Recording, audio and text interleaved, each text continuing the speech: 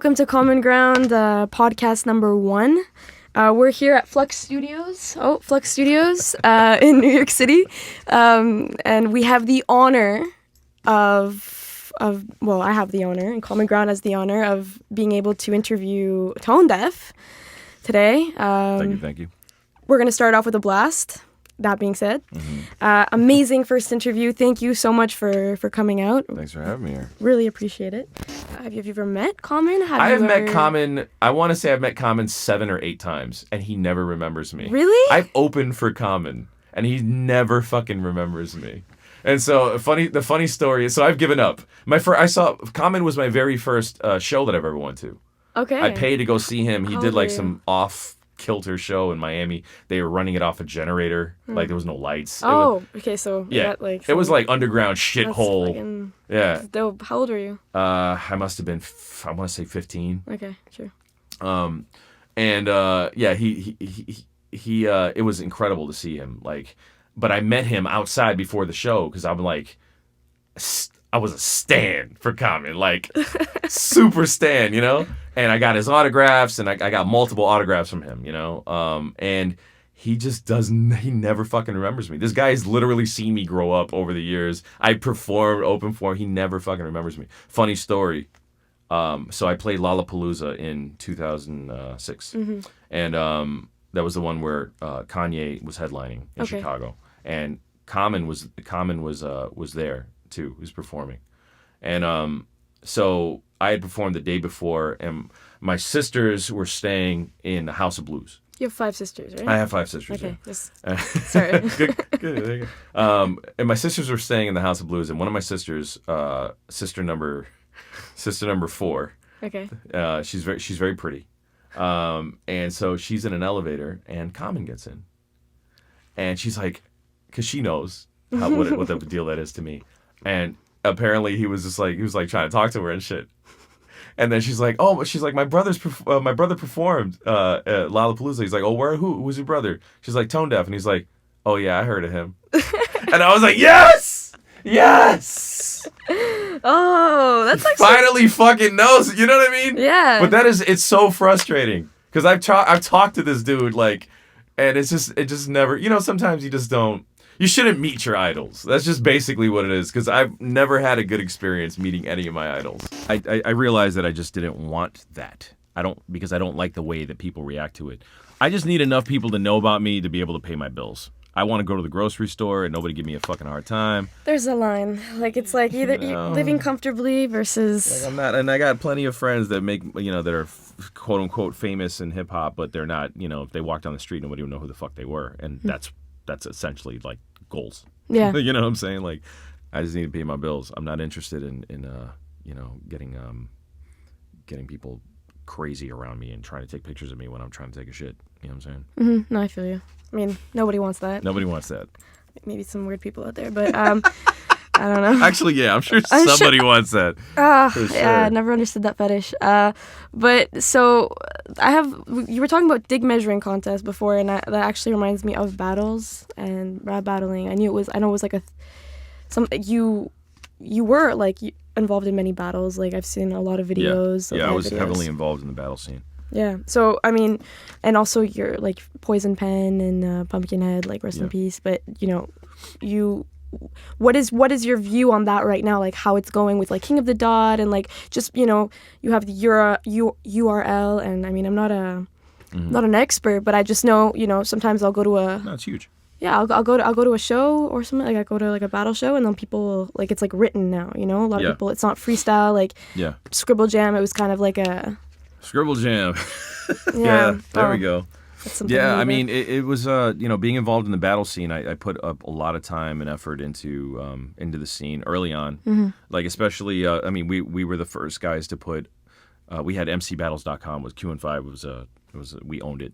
Okay. So mcbattles.com was this site where, it was the first site where you could go and find battles from all over the country. Interesting. And so that helped shaped the scene going forward from that point on. So up into that point to go to a battle, like there was no videos of any of this shit. There was no audio, any of this shit, unless it was like super underground on some mixtape that some DJ made or recorded bootleg. There was no place where you can go to get it. So when we started MC battles, there was suddenly like evidence of how they battle in Cali, how they battle in New York. And it was very different. It was New York was very up in your face, antagonistic, confrontational. Fuck you, pussy, like that. Okay, yeah. And LA, it was more like, check out my flows and my rhymes are intricate, blah, blah, blah. And they're like, they were styling on people in LA. You know, in the Bay especially. You know, the Project Blowed cats, like the way that they would battle was very different. You know what I'm saying? And so what happened was when we did MC battles, like the Midwest kids now who weren't exposed to none of that shit, now they could see, oh, that's how they do it in New York. Oh, that's how they do it in the Bay. And they started combining it. And then suddenly it's like this new hybrid, and these Midwest kids just started fucking demolishing everybody. You know what I'm saying? And a lot of kids from the West Coast, too, were just demolishing people. And so then people, because now you had a frame of reference, you know? And so... You know, I did my time. I went through the battle scene. I think I was battling regularly for about, I want to say 3 years on stage. Before that, it was, you know, in the street corners and all that, you know, as you do as an MC. Yeah. You know, so after we kind of laid that groundwork with MC battles, then it changes and it morphs over the years, and, you know, they're watching them, and then you get the next generation who's watching them, and then the next generation is watching them, and it gets to the point where it gets to where it is now. I still love to catch a good battle every once in a while, to watch it. You know, I still get a kick out of it, but there's a lot of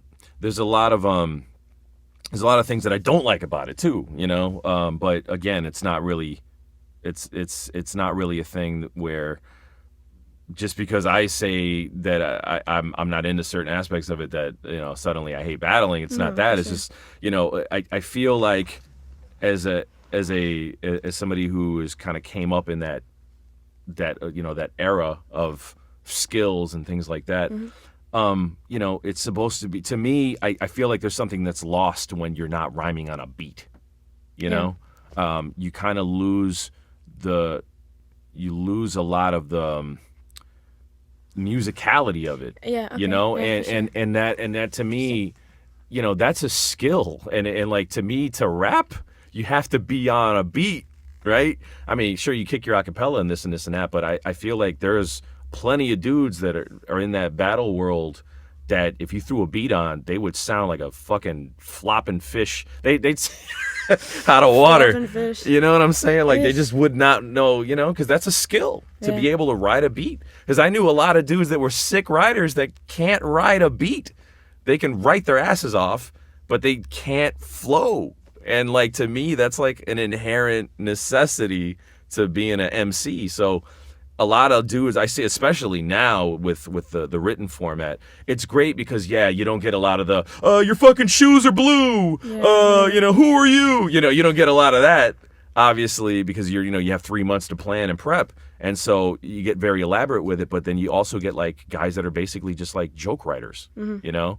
Guys that are, like, who would never, ever even remotely step foot into a black club ever in their lives, suddenly are just like, I'm funnier than that guy, and then it turns into fucking the writers' room at, you know, from Jimmy Kimmel's writers' room. Suddenly, all these fucking weirdos are showing up, you know, and they can do it because the parameters of rapping are gone. It's just who can write something that's gonna make people laugh, you know. And that's cool, but that's comedy. That's not, you know, you know. So there's like a real fine line, and then you have the antithesis of it, which is like, you know, how fucking extra fucking hardcore can I be? And then it's just like, you just watch the toxic masculinity of all the dudes in the room, and everybody's just like in the back, like, ooh, you know, like.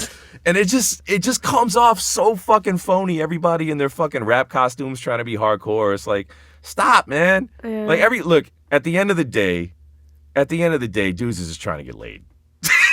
You know what I mean? And so they're just trying to be the coolest dudes they can, so that everybody thinks they're cool. They're the man. They get the pat on the back, and then they get that ego boost when they, like, serve somebody else. And, you know, I know that feeling. Yeah. But I also know that feeling of living with hatred in my heart every fucking day, because all day I'm just thinking about, yo, when I see that dude, I'm gonna say da da da da, and I fucked his mom and the blah blah, you know.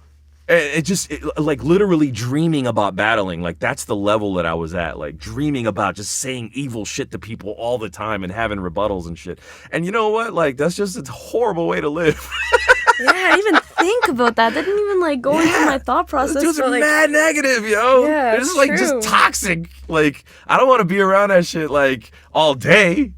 But I'll watch a YouTube link. You know what I'm saying? No, I'll check in, and it's fun for people. But to live that life, it's not a pleasant thing. It's just taking over you, especially because it's you're doing that. You just want to destroy the other person. You're always looking for. Yeah. That's something that not everyone is down for. yeah. No, it's a life. It's definitely a life. You know. Yeah. So how long were you? So sorry. When you get, is that how you met Pac FM and you met Mecca and? Yeah. Yeah. Really? I met Pac at the. I don't know if you guys know Q Unique from the Arsonist. Jesus. The Arsonist. Yeah. Yes. Q Unique. He was hosting a battle at Fat Beats. Really? For Okay. Fat Beats. And I met Pac there. I met a lot of people there that weekend. I met Penn. I met pretty much everybody that's in the underground scene that you know about was in that battle, especially. And then Bragging Rights. That was another big deal in New York at the time. That one. And so I met Pac there, and I had heard of Pac on MP3.com because he was like charting. He was like in the top 5 of like the rap charts on MP3.com at the time, which was like a big deal. And so I'd heard of him, and I was like, hey, you Pac FM, right? And he's like, yeah. I was like, yo, I'm Tonedeff, and he's like, so. All right. But he lied. He was like, oh yeah, I heard of you. You know. Oh, that's nice of him. He admitted later that he lied. He hadn't heard of me at that point. And so we just we started seeing each other at all the shows. You know, Pac was at every fucking function, every show, every party. Pac was just out there hustling. And so me and him connected, and Pac introduced me to everybody in New York, man. So if it wasn't for Pac, I mean, my career would be completely different. Yeah, you guys are pretty. I mean, he's my best friend, so it's like, you know, he's me and him are brothers at this point, you know. So we gel really well creatively together, you know, and we have a podcast together and shit like that. Tacos and chocolate milk. Yeah. So Pac definitely introduced me to everybody in New York. And so what happened, like Cunning Linguists, that was a, like, what, how did they start, you know, like hear about QN5? Did they, like, did they also come through Pac FM, or? No, they actually came through the internet. Through the internet. Yeah, all right, because that is also their forums and everything, yeah. Yeah. Before we did MCBattles.com, I had a site called Rhyme Arena, and it was the first audio battle site. Really? And that was a huge deal because everybody was doing text battles before that. Yeah. And so I uploaded myself rapping the rhymes as well, and people were like, "Oh God, you could do that!" And then it just became a thing. And then I started Rhyme Arena, and then everybody was battling online. And during this time period is when I met Deacon, and I started hearing his raps because he started recording his shit. And I was like, yo, this dude's like a fucking animal. Like, Deacon's incredible. Yeah. Deacon's like one of my favorite rappers, period. Like, his voice, his flow, his writing, everything about him is great. What would take you longer normally? Producing, like, a track, or writing, like, lyrics for, like, a whole album, for example? Like, Archetype. Like, was it the writing that took the most time, or was it just, I mean, is it something that you can measure? Yeah, I'm definitely a faster producer than I am. I consider myself, you know, a producer first before a writer. Yeah. So you know, writing for me, I do it because I enjoy rapping and making music, but the process itself is very slow. You know, because I don't want to repeat myself, and so it's, you know, that gets harder and harder every song you make. You know, so writing probably is slower. And so when you write a song, is it, because I was also reading about, like, your interview with Tori Amos, and how you kind of bond over the fact that, well, I mean, art itself is an expression of, like, your life and moments, but when you kind of collect things and then, you know, you use them, like collecting moments you were talking about. Yeah. Do you, like, sit down and write the song from beginning to end, or is it something that you do, you know, you, like, write in a notebook or something, and then, like, just kind of sporadically, and then at one point, I guess, that comes together, or like Yeah, is normally I guess the way that I write is I'll have a topic that I Okay. want to talk about, or like a concept or something that I want to hit, and I work off of lists, so I make a lot of like imaginary track lists for things, and then I kind of see what I need to do. That's sort of like my blueprint of what I'm going to do, and then from there I know. I'll know, I always wanted to do a song about this particular topic, or I always wanted to do a song where something like this happens. And so I'll start kind of lining up those ideas and give them all titles before they even exist, okay. and Just then wrote the title. from there, I kind of like when I'm in the zone of writing, or I feel like I want to work on something or something's happening, I do take all my notes that I have, because during this time period I will have been jotting shit down and have a whole bunch of stuff in my notebook for certain topics like crossed off, or like so I'll like take all those little fragments of thoughts and ideas or lines that I may have had or phrases that I may have had, and then I start layering them into a document for this is bucket number 1 for this topic, and all those little notes go in here, and then this goes over here, and then I eventually just build it all up. And then when I'm finally ready to like make the song and record it, and I know it's going to happen soon, then I sit down and then I write it. And then that shit can take anywhere from a day to a year. Like if it's not right, it's not right, No, for sure. Yeah, so I keep going until it's done. But it takes me very long time to write.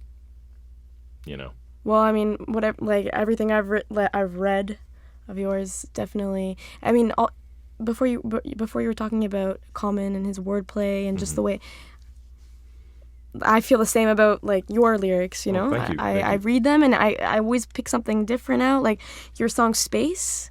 Yeah. I printed the lyrics out and I was just like, okay, I love analyzing things, so I was just like, I don't know, I feel like there's a lot of different, you know how to, it's like layers, all of these layers. I think that's really something I really like about your writing in general. Thank you. But so I know that we're like running out of time. You started a new label, right? I started a new label called Quintic. Quintic, yeah. And you have 2 artists. I have 2 artists currently. I have Fier out of Denmark. She's an electronic singer-songwriter and producer. And I have Lucy Camp, who is from San Jose, California, and she is the future. She is like the female up-and-comer that I admire out of all of like the underground hip-hop scene right now. Like she's wonderful. She's one of the best rappers in the world. She's wonderful. I'm so glad you feel that way. I feel like she is one of the best rappers in the world. She does things that I've never heard anybody do before, and she does things that are extremely difficult and makes it look easy. And that's the thing that I love the most about her. Because a lot of rappers, they like, you can tell when they're trying, and it's like like it kind of stinks on you, like you're trying too hard, bro. Like you're trying too hard, bro. Like calm down. She does everything so smooth and calm, Effortless. It's like if Bahamadia and like Pharoah Monch and Tonedeff and Tech Nine had like a genetic melting, it would sound like Lucy Camp, maybe a little slug too, Yeah, no, for sure. No, it's she's incredible.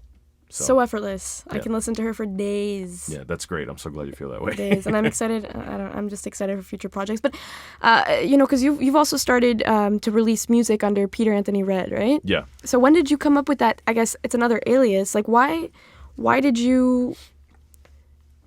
My first question is when did you decide that that's something that you wanted to? I think I wanted to kind of break it around.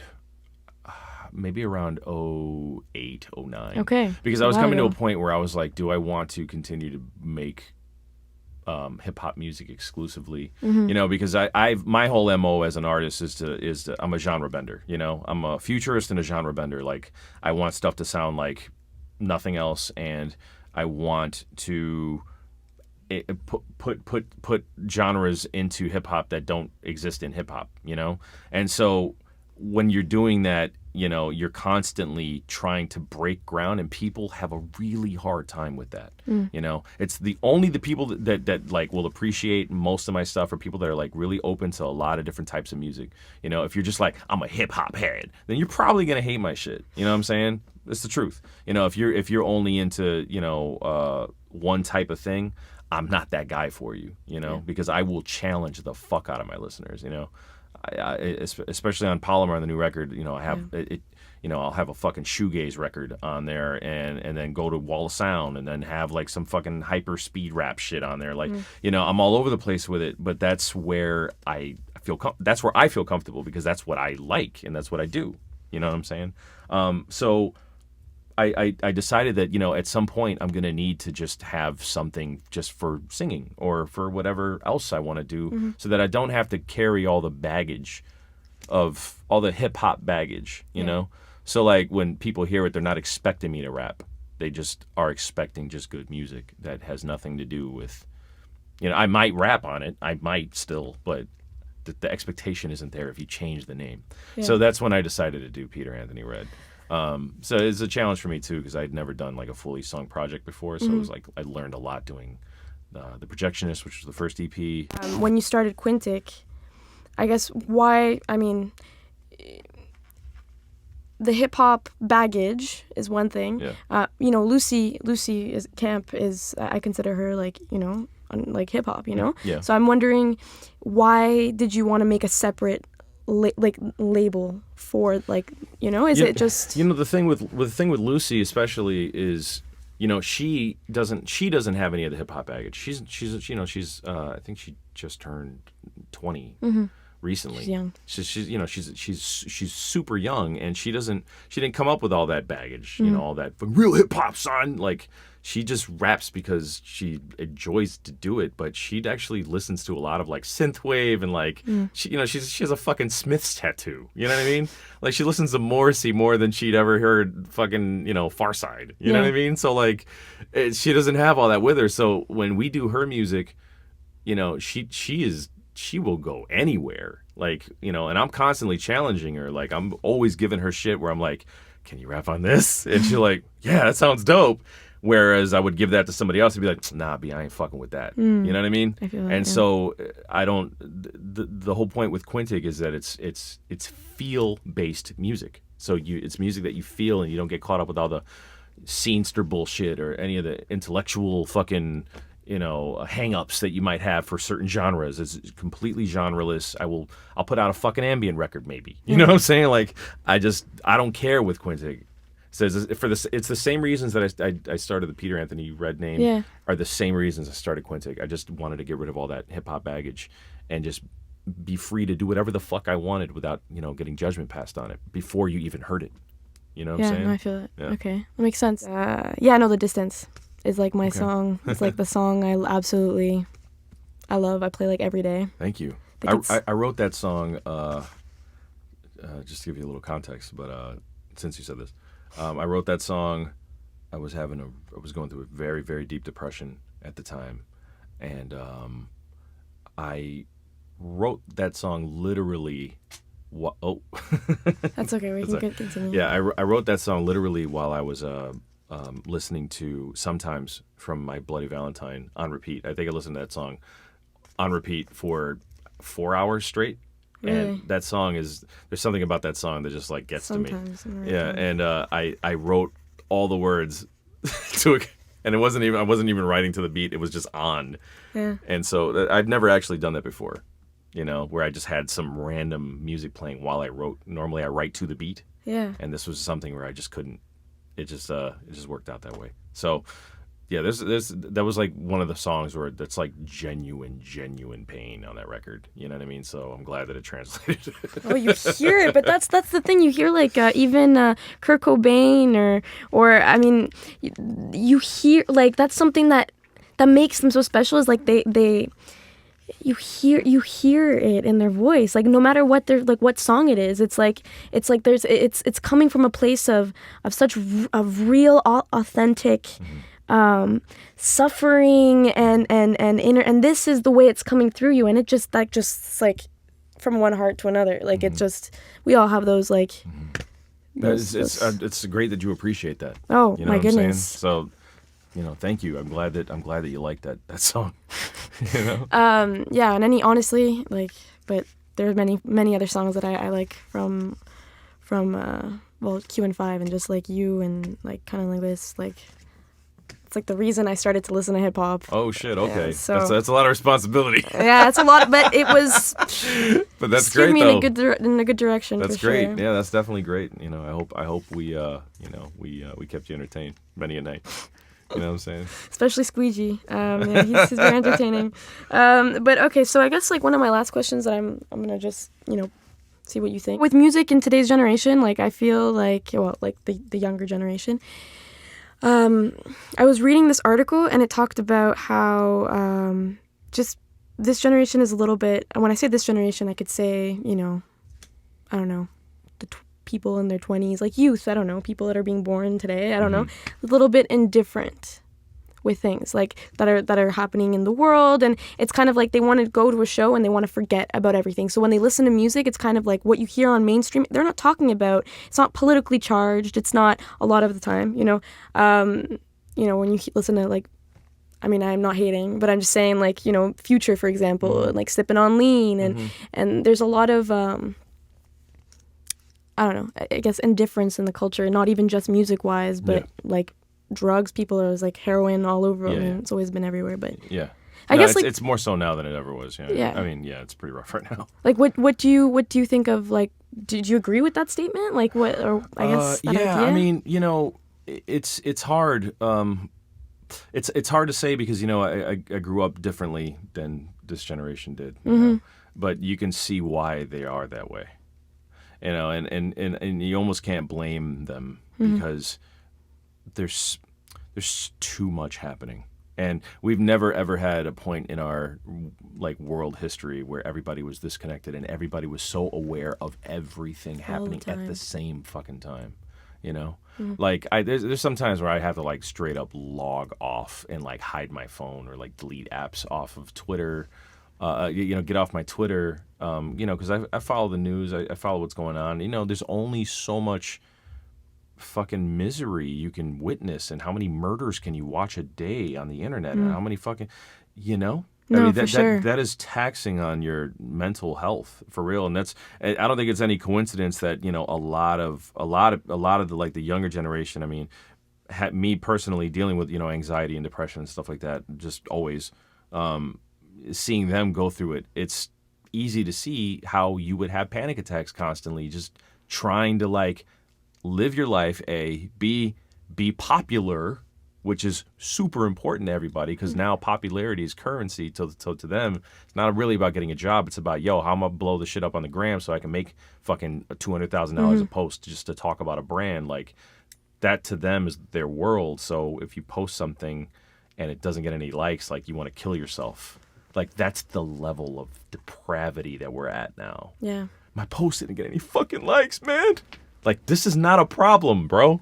But to them, that's like the end of the world. You know what I mean? No, because of what it is. But it's like they're also dealing with that and then trying to like ingest everything that is happening in the world at the same time. So like you got to numb that. And that's why everybody's on fucking drugs, yo. They just can't fucking deal. They just can't deal. No, they can't.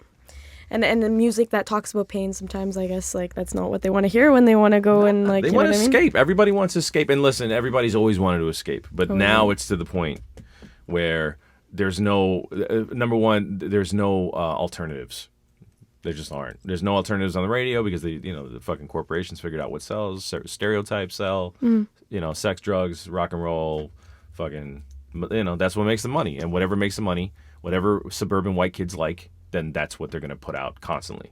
You know what I'm saying? So that's what it is. They love to see fucking super coonish imagery and, ultra fucking macho dudes with, tank chicks with tank asses and fucking sipping lean in the club and having mad diamonds and literally paying a guy $100 to go to his show so he can tell you that you're a piece of shit because you're not rich.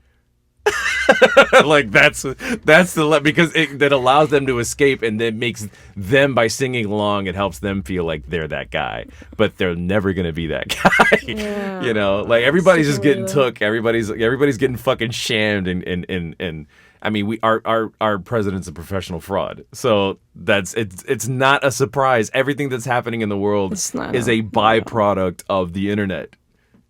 Technology, bombarding. It's kind of, I don't know. Yeah, everything that is happening, nobody believes anything anymore. Nobody knows what's real. We're living in the fucking Twilight Zone, people. Like, we've gone off the rails, so it does not surprise me that you would have to be medicated constantly to deal with this world. You know, I drink a little bit too much. You know what I'm saying? I have my vices. You know what I'm saying? And I medicate in different ways. You know, and like, I know dealing with it, having known what it's like to live in an era where there wasn't social media, and also where there is social media, it's pretty fucking night and day, and it's pretty obvious what's happening. You know what I'm saying? So, like I said, it doesn't surprise me. It's just not always that obvious, especially to, well, it's obvious, like, if you sit down and think about it, there's just a lot of people that don't even realize. They don't realize, like, what they're looking at constantly on Instagram, and it's just their life. It's like, what's what they've grown up on. They haven't had that. Yeah, that's scary. When you think about children now, like, when you think about, like, a fucking 4-year-old, a 5-year-old that will never know what it's like to just not be connected to everything else, you know. And granted, that there, you know, there's pros and cons. It's developing in ways we're never ever going to see coming, and it's going to lead to some really weird hive mind shit. And I see a lot of that already kind of happening. Like, everybody's opinion has to be the same, or like everybody gangs up on you, and you know, like, there's that so much. And you know, we're headed to 1984, man. Like, it's gonna be about to be some Orwell shit, you know. People are even scared to just disagree, you know. Like, it's friends of mine, like, you know, they don't, like, I guess as well, like with like Donald Trump, you know, you say something like, oh, you know, like, maybe you like one thing that he said, so, you know, you all of a sudden you're a Trump supporter, and you're like this, like, you know, a bigot, and I don't know, there's a lot of it's difficult to, like, it's like freedom of expression, but I mean, that's just a. Yeah, I mean, you know, it's everybody has, we've all picked our teams, you know what I'm saying, and that is what it is. It's just, you know, when you just see how information affects, you know, people as a whole, and how everybody's sort of like, let's put it this way. All right, so the Bible, right? I'm just winging this shit right now.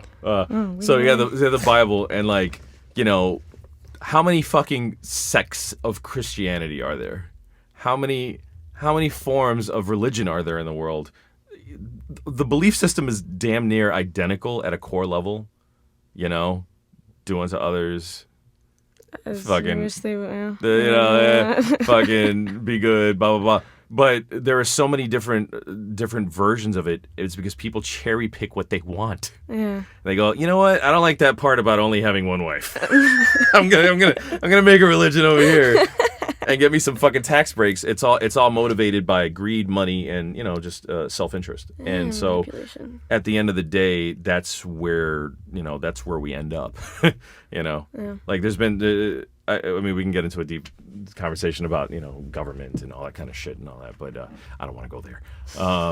But yeah, man, it's an interesting time. It's a weird time. I would really, you know, sort of like offer the tidbit of advice to just be like, yo, just turn off your fucking phone sometimes. Oh, for sure. Just turn it off, man, because it really will skew your perception of reality.